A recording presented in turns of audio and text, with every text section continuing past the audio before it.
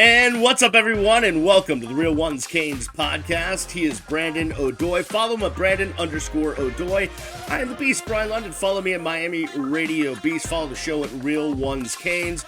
And subscribe to this podcast wherever you're listening to it. And if you're on the YouTube page, subscribe to that. But also go subscribe to the audio version as well and write some comments and give us thumbs up and all of that stuff. And it shows other people that people are listening. So we appreciate you. Brandon, we got to jump right in. Kind of got a surprise earlier this week. Miami got yet another transfer portal commit. This time, it's the edge rusher from Tennessee and Louisville and Ole Miss, and he was all over the place, and now he's coming to Miami, and that's Tyler Baron. And he was a four-star recruit when he came out of Knoxville Catholic up there in Tennessee. He is listed at 6'5", 250, and just adding to what looks to be a dominant defensive front for the University of Miami. Yeah, Baron is, that last piece of the puzzle on defense, putting together this defense that, for Lance Guidry and bumped into him last night at Miami Central scouting their spring game. But he is going to have all of the tools that he needs to have a veteran defensive front seven. He and Coach D. Nick. And, there aren't going to be a whole lot of excuses. I mentioned in podcast previous that, Miami and Baron were just a little bit too far away on NIL money, and they had to close the gap. And it took some time, and there were some visits, to my understanding, to some people who could make some things happen. And hey, it happened. Deal got done. And at the end of the day, Miami is not going to make the news for NIL dealings. They do things the right way. We'll talk about Jaden Rashada later on in this show, but at the end of the day, a kid and his parents put a dollar sign amount and a value on what his talents were worth. Miami said, okay, we see it a little bit differently. You go to the negotiating table, you allow a few weeks to pass. And I felt pretty strongly that he would be a Hurricane because the number that the kid was asking for is not something this late in the cycle that most other schools can even do. So once you value him, you've got to say, okay, can we even do what he's asking? And can we do it after we've taken X amount of guys and promised them X amount of dollars? And Miami, to me, was the only school who could even think about doing that. So I was pretty confident that as long as it wasn't an issue with the defensive scheme, issue with coaches, a likability issue for the city, the program, I was pretty confident the deal would get done, and it did. So Miami has the most incredible portal haul ever because they targeted every guy that they targeted, and I think you can say they got everybody but one. The other defensive tackle from Michigan State. Yep, I was just going to say that. I think if you want to be critical, you can say they went 6 for 7, which is still incredible. Well, let's just say this: on the offensive side of the football, they got everyone they targeted, and it was the best available at that position in the portal of all the guys they got on offense between quarterback, running back, wide receiver. And on the defensive side, they did really well as well. Yeah, they missed out on one guy from Michigan State. Okay, but you know what? I still like what they did, how they dominated it. And you're right. You're not seeing a bunch of stuff in the news about disgruntled Miami players because of the NIL situation. What the University of Miami has been able to do with this program really been out in front from the outset, has been nothing less than remarkable. Yeah, it's absolutely remarkable. And we'll talk about this too, the university has been given clearance to pay players directly, so you don't even need collectives. So Miami has figured out the collective piece, done really well in that. They worked with the NIL piece when we had Life Wallet, John Ruiz. They were at the forefront of that. And so it looks like Miami has very quickly figured out, like, this is going to pay per play, and they've just dominated every area and every facet of this situation. Now, the only thing left to really understand is the evaluation. So you got everyone you targeted. The question is, yeah, these guys were best available, but was the juice worth the squeeze? And we're going to find that out, as soon as the season gets underway. But at the end of the day, for all intents and accounts, for these young men who are coming into the program, it sounds like these are valuable added, positions. These are great talent acquisitions. And they're much ballyhoo recruits. So there are a few guys who I think may be overvalued. Baron may be a guy that, I don't like the fact that he's been to a couple of different schools, so to speak. He to me is more insurance more than anything because he gives you a guy who's played a lot of snaps. And on that defensive front, Miami's just incredibly young. So what he does is he gives you the ability. I don't think he has to come in to be a juggernaut. And I think that's probably what they said to him. Like, listen, I know what you want and what you think you're worth, but you got to understand we've got like 4 or 5 stars that are just too young to be counted on. Like, we need you for a season at best. And I think he has a season to give. Yeah. And so just let's be realistic. You don't have draft odds. You don't yes, you're a value, but we've got to get you down out of the clouds. And I think that that's what happened. But it would be nice for him to come and have the best season he ever had, because that would absolutely help Miami and everything that they're trying to do. And it is an all-in year. It's another example of what I said to you a long time ago, Beaston.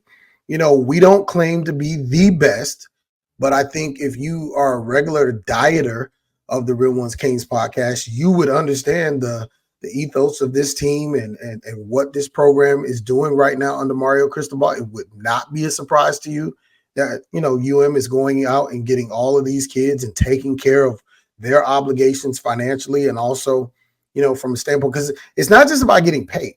Yeah, anybody can pay anybody.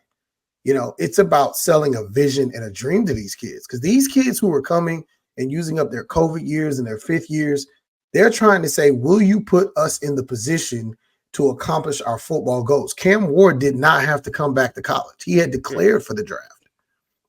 He declared. Miami said, look, come back, use the Miami platform, use the fact that when this team is good, it has all eyes. Use that to propel yourself very strongly into the first round and do it in a quarterback-like draft.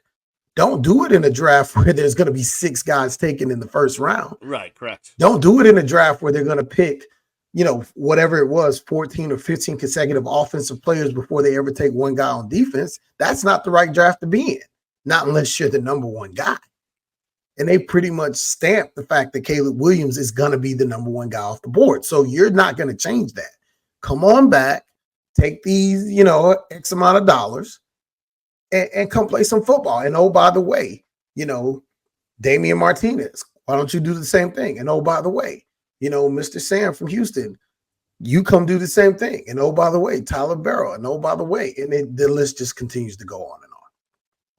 I'm going to ask this question. I don't know if you have the answer to it. I don't have the answer to it, but I think I'm asking it because I'd like to, in a future episode, explore this with a guest maybe. But who do we think is the architect of Miami's transfer portal / NIL / finances right now? Is it Mario that's coming up with the plan? Is it Dan Radakovich? Is it an assistant athletic director that I don't even know about? I just want to know, because that person, I'd like to give them a hug. Yeah, well, it ain't Dan Radakovich. You can take him off that list, but I think I know who it is. I won't say publicly, but let's say Coach Cristobal, when I met this individual, described this individual to me as the secret weapon. And so now make no mistake, Coach Cristobal is involved in every aspect of this program. He is not a hands-off type of coach. He's like any CEO, big-time coach you've ever known about. He's Nick Saban, he's Kirby Smart, he's all of those things. So there's not much that goes down in this program that he's not, intimately involved in. Right. I mean, he doesn't get involved in what kind of Gatorade they're going to serve on the sidelines. But you get what I'm saying? Like he's got his hand in everything. So, but whoever the person is, and they do have to be given a fair amount of credit. I'm going to save the Emmy Awards and the trophies for after the season. We can see how good these guys really are. Because if there are a bunch of reaches here and a bunch of guys, because we've seen that before, there have been transfer portal guys. Sure. And I think this is fair to say under previous head coaches that were major whiffs. The difference is the amount of money that you spent it pales in comparison to what's being spent now. And when I say how much money these guys are getting anywhere from 30 to 100 grand a month. These are big number guys. These are significant payout guys who are, getting real money, and they're making more money in a month than some people make in an entire 12-month period. So This is not a small time acquisition. These guys are not getting lunch money. This is real deal, big boy college football, name, image, and likeness. This is serious business. And these guys have to be professional in everything that they do. Well, if you happen to see the secret person that's in charge of all this, tell him I said thank you. I will pass along your thanks. I absolutely will. And I have a feeling that I'll see that individual real soon. All right, perfect. All right, we're going to take a break. On the other side, we've got a lot to get to outside of the University of Miami, but it still could impact the University of Miami in a couple of ways. We've got a Jaden Rashada story to get to. We've got a big settlement in the House versus NCAA case. This could impact a lot of stuff. There's so much to dive into. We will do it on the other side. You're listening to the Real Ones Canes podcast. Subscribe wherever you get your podcasts. We'll be back right after this. Welcome back to the Real Ones Canes podcast. I'm the Beast Brian London. He is Brandon O'Doy. Please do us a favor and subscribe to this podcast wherever you are listening right now. If you're watching this on YouTube, hi, but go subscribe to the audio version as well. Follow us on socials. Follow Brandon at Brandon_O'Doy. Follow myself at Miami Radio Beast. All right, Brandon, we got to get into a couple of big stories in college football. One is tangentially related to the University of Miami. That is the story, the wacky story of Jaden Rashada, who at one point in time was a recruit to the University of Miami, and then decided not to come here, and thought he was going to have a great career at Florida, but that didn't end up happening, and he's suing the coach, the school. He's going after everyone for NIL money. I think it's like $13 million. And it's kind of a mess. What is your take?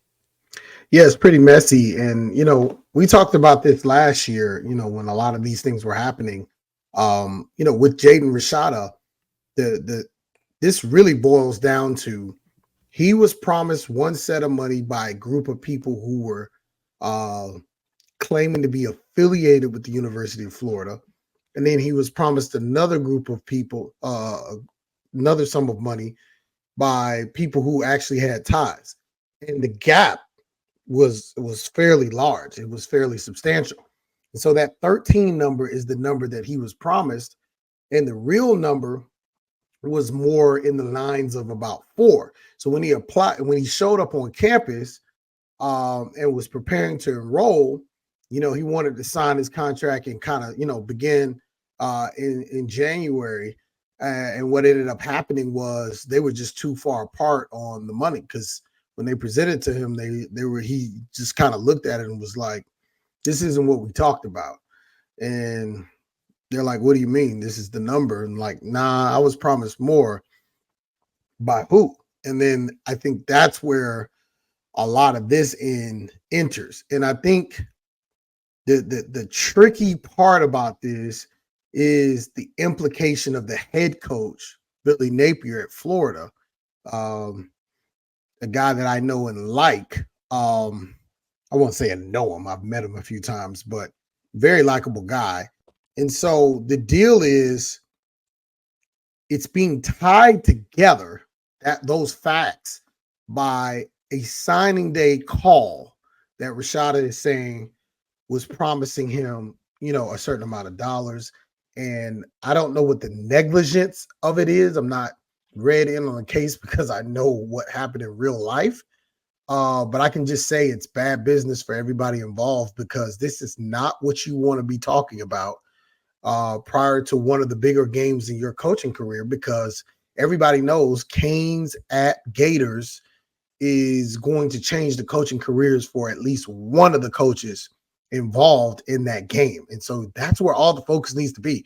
It does not need to be on defending a lawsuit, which, by the way, is sanctioned by Kirby Smart, who is now Rashada's head coach. Yep. And of course, the Gators and the Bulldogs are arch rivals. And not to mention the fact that Rashada is not even their starting quarterback. The gentleman who has first round grade and Heisman odds is Carson Beck, the Jacksonville native. And so this becomes a tremendous distraction for a backup quarterback against an arch rival about something that happened over a year ago, and it will not be resolved anytime soon. So it's, if there's not a mess, it'll do until the mess gets here. Billy Napier's, I mean, he is under the magnifying glass. There's some restless natives up there in Gainesville for sure. We got the Jaden Rashada situation. We also had a situation the other day where a Gator player was up in Georgia and trying to outrun police going 155 on the highway and hit a car and caused injuries and damage. And he spent a couple nights in jail because evidently Gator players, when they're not in Gainesville, actually do serve some time. So we got all sorts of stuff going on with Billy Napier, and that game, all the entire focus of the entire country on that day at that time, I think it's August 31st, is going to be on Miami and Florida at the Swamp. And I listen, there's a lot of pressure on Mario to perform in that game. I'm going to guess there's way more pressure on Billy Napier to get his team to try to win. No, there's a tremendous amount of pressure on Coach Cristobal, mostly from Canes Nation, but the world is looking at what's going to happen with the Florida Gators. And so if you want the wheels to fall off, that's the date. I mean, you're getting a very talented Hurricanes team, but you get them on the road, you get them in your building, and you get a chance to have all of your screaming fans in. Now, this is what you don't want to happen. You do not want Gator faithful to sign off on you, because if they did not show up in the numbers that they need to show up, it's already a 3:30 game. I can't imagine the Swamp not being filled. I don't even know what that looks like. It's gonna be packed, especially for a national televised game. It'll be packed. But it's like you need it to be crazy in there, and that's going to help, make a first year quarterback in the ACC on the East Coast a little bit more, because let's face it, Cam Ward, as good as he is, he didn't have like the greatest season at Washington State, and maybe it's because of the weapons, but how many real big environments did he actually play in? I mean, on the road, a couple of times in the Pac-12, it's no comparison to on the road in the SEC. It's a night and day comparison. Not to say he can't handle it, but there's going to be a learning curve for him and a lot of these players. I mean, you got Martinez coming in from a different conference. You got, quite a few people making the move to the South. And so Southern football is different. And I tell kids all the time, it's like, you got to be built different to play in the South. And so, going into Gainesville, it's not going to be an easy task. But back to Coach Napier, I think if he wants to figure a lot of these things out, a lot of these off the field distractions, and make them go away, it's like Al Davis said, just win, baby. Wins are going to be his biggest protection against wins in that $25 million buyout. Those are going to be his biggest protections against people infringing upon his employment. And there are vultures. They are there and they are ready. And so he's got to keep the focus on X's and O's. By the way, just Cam Ward had 2 tough road games last season at Oregon and at Washington. Those were both losses. Yeah, both losses. Those are 2 tough places to play. Washington's really tough to play. That stadium is extremely loud. It's not Swamp SEC loud, but it's loud.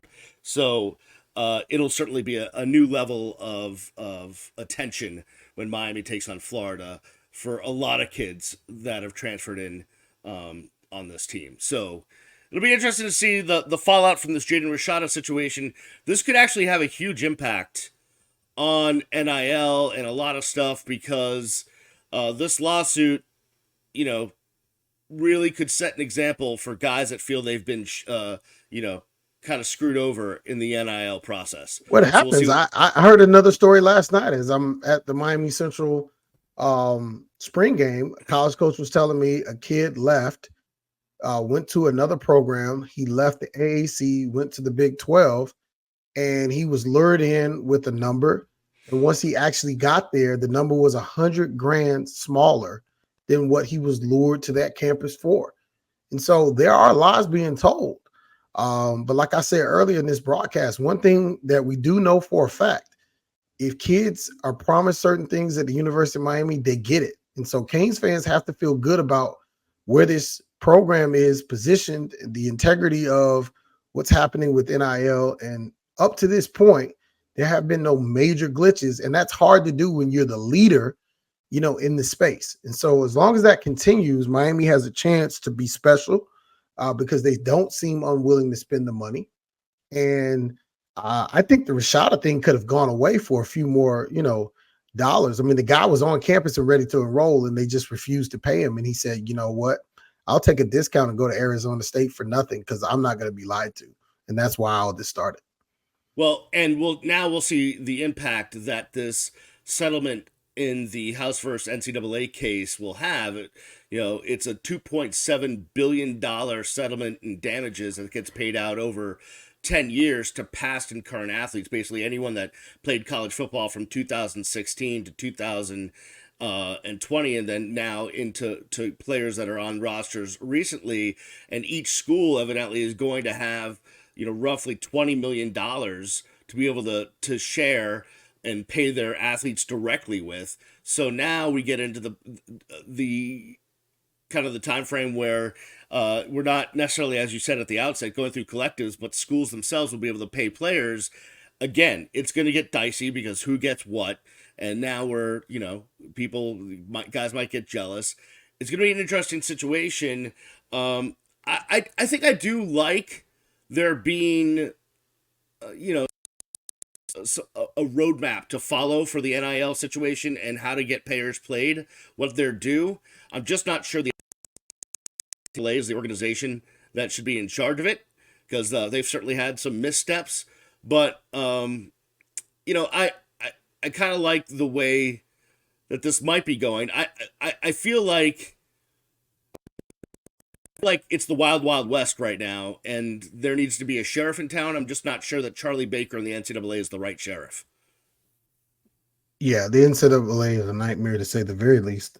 But I understand and I get it. They want to start to try to bring back some control and some relevancy to their, oversight, because colleges and universities are basically moving away from needing them. And so if they want to be relevant, they've got to make moves. And I think this is just the next version and attempt to be, relevant again. I mean, and now if the universities have their own money to spend, you literally now need a GM. I mean, you're going to need, it's well, kind they've of got GMs all over college football. Right. But like now it's going to have to look more like an NFL front office. Because it's no different. These guys are already set up with this. I'm not disagreeing with you. I'm just saying what you're saying needs to happen is already happening. How does NIL get managed? You've got to know what you can offer a guy. You've got to know what he wants.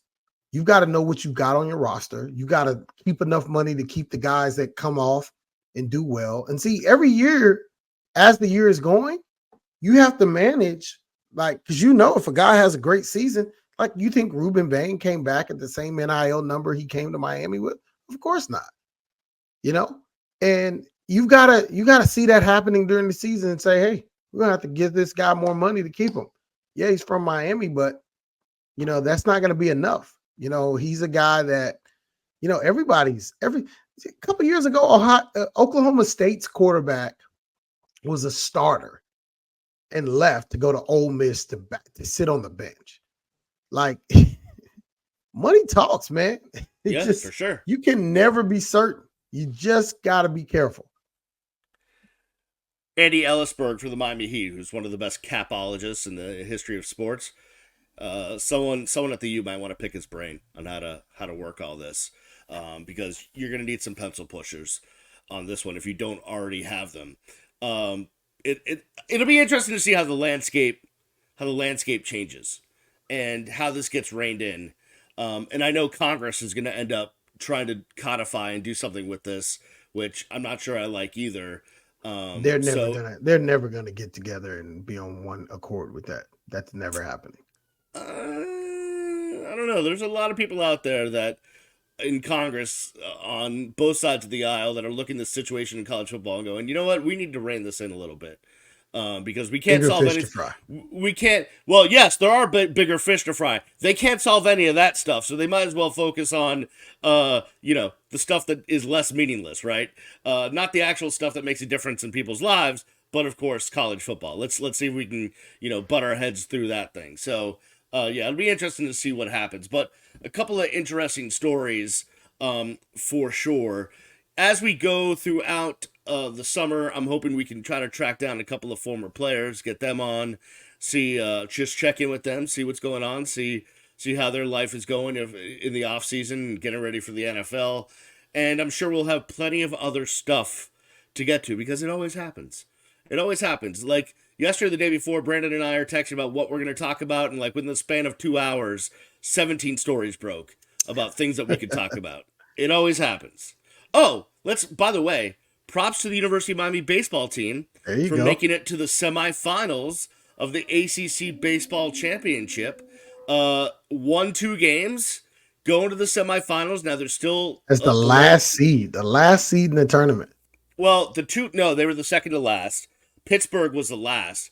Oh, sorry. Both Pittsburgh and Miami won, I think, are going to the semis. So there you go. Anything can happen.